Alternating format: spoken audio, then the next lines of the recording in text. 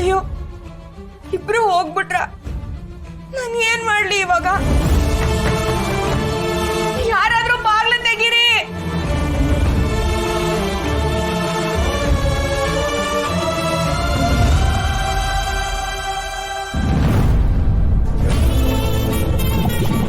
ಮಾವ ಹೇಳ್ತಿದ್ದ, ಆ ದೇವರು ಕಷ್ಟದಲ್ಲಿದ್ದೀವಿ ಅಂತ ಗೊತ್ತಾದ್ರೆ ಯಾವುದೋ ಒಂದು ರೂಪದಲ್ಲಿ ಬಂದು ನಮ್ಮ ಕೈ ಹಿಡ್ದೇ ಹಿಡಿತಾರೆ ಅಂತ.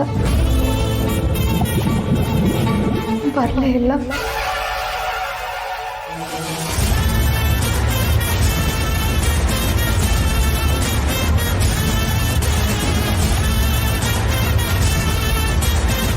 ನಿಜ ಭ್ರಮೆ ಆಗುತ್ತೋ, ಭ್ರಮೆ ನಿಜ ಆಗುತ್ತೋ, ಅಥವಾ ನಡೆದಿರೋದೆಲ್ಲ ಕನಸಾಗುತ್ತೋ ಗೊತ್ತಿಲ್ಲ. ಆದರೆ ನಾನಂತೂ ಇವಾಗ ಹೋಗಲೇಬೇಕು. ನಾನು ಅವ್ರ ಜೊತೆಗಾದ್ರೂ ನಿಲ್ಲಬೇಕು.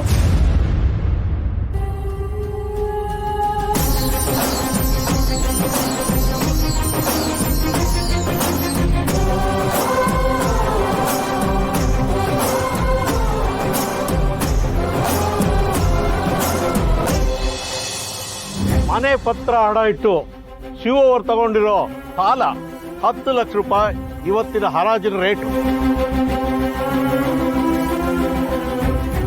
ಹಾಗಾಗಿ ಸರ್ಕಾರಿ ಸವಾಲ್ 10 ಲಕ್ಷ ರೂಪಾಯಿ.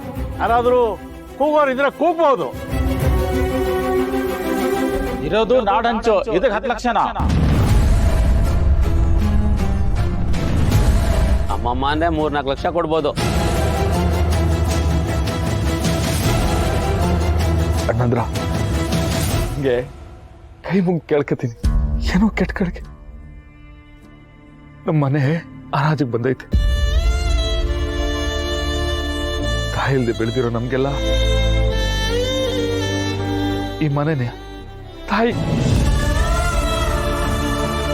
ಈ ಮನೆ ಹರಾಜಿಗೆ ಬಂದೈತೆ, ಇದಕ್ಕೆಲ್ಲ ನೀವು ಬೆಲೆ ಕಟ್ತಾ ಇದ್ದೀರಾ ಅನ್ನೋ ವಿಷಯನೇ ನಮ್ಮ ಕೈಯಲ್ಲಿ ಅರಗಿಸ್ಕೊಳಕ್ ಆಯ್ತಿಲ್ಲ. ಅಂತದ್ರಾಗೆ ಈ ಮನೆ ಬಗ್ಗೆ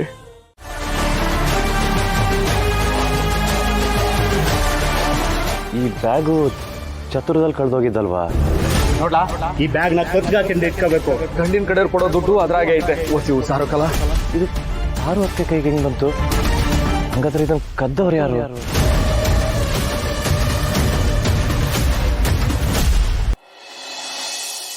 ನೋಡ್ದಾಕ ಇಂಥ ವಿಷ ಸರ್ಪದ ಜೊತೆಲಿ ಎಷ್ಟು ವರ್ಷದಿಂದ ಸಂಸಾರ ಮಾಡ್ಕೊಂಡು ಬರ್ತಾ ಇದೀವಿ ಅಂತ.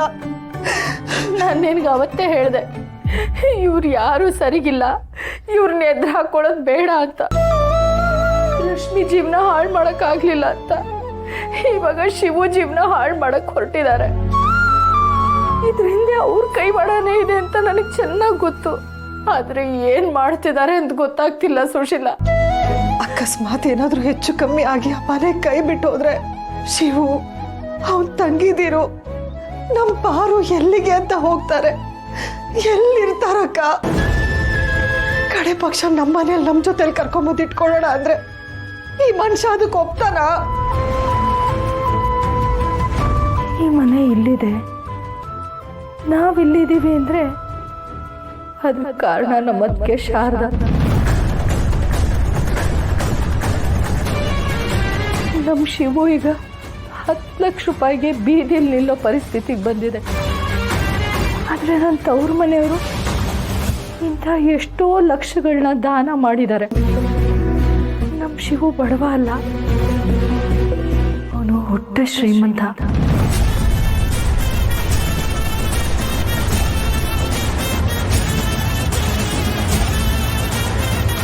ಅಂತ ದೊಡ್ಡ ಜಮೀನ್ದಾರ್ ವಂಶದಲ್ಲಿ ಹುಟ್ಟಿರೋ ನಮ್ಮ ಶಿವು ನಡು ಬೀದಿಲಿ ಮನೆ ಕಳ್ಕೊಂಡು ನಿಲ್ಲೋ ಪರಿಸ್ಥಿತಿ ಬಂದಿದೆ ಅಂದ್ರೆ ಅದಕ್ಕೆಲ್ಲ ಗಂಡ ಅನ್ಸ್ಕೊಂಡಿರೋ ನಮ್ಮನೆ ಪಾಪಿನೇ ಕಾರಣ. ಅಕ್ಕ, ಏನ್ ಹೇಳ್ತಿದ್ಯಾ ನೀನು? ಏನಿಲ್ಲ ಕಾಪಾಡೋದಾದ್ರೆ ಆ ಮಕ್ಕಳ ಮನೆ ಕಾಪಾಡಬೇಕು.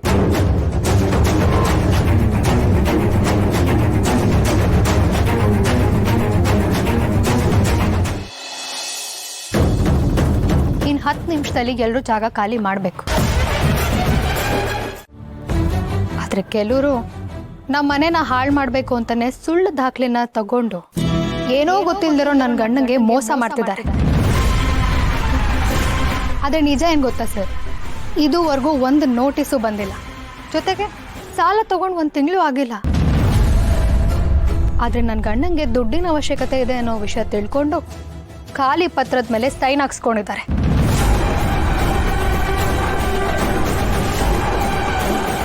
ಆದರೆ ನೀವು ಕಳಿಸಿರೋ ನೋಟಿಸ್ ಪ್ರಕಾರ 1 ವರ್ಷದಿಂದ ಸಾಲ ಕೊಟ್ಟಿಲ್ಲ ಅಂತ. ಸಾಲ ಕೊಡೋಕೆ ಇವ್ರ ಹತ್ರ ಲೈಸೆನ್ಸ್ ಇದೆಯಾ? ನೋಟಿಸ್ ಕಳಿಸ್ತೀವಿ ಅಂತ ಹೇಳ್ತಿದಾರಲ್ಲ, ಅದಕ್ಕೆ ಇವ್ರ ಹತ್ರ ಸಾಕ್ಷಿ ಇದೆಯಾ? 1 ವರ್ಷದಿಂದನೇ ಸಾಲ ಕೊಟ್ಟಿದ್ದೀವಿ ಅಂತ ನನ್ನ ಗಂಡನ ಹತ್ರ ಖಾಲಿ ಪತ್ರದ ಮೇಲೆ ಸೈನ್ ಹಾಕ್ಸ್ಕೊಂಡಿದ್ದಾರೆ ಅನ್ನೋದು ಬಿಟ್ರೆ ಇವ್ರ ಹತ್ರ ಬೇರೆ ಸಾಕ್ಷಿ ಇದೆಯಾ? ಇಲ್ಲ.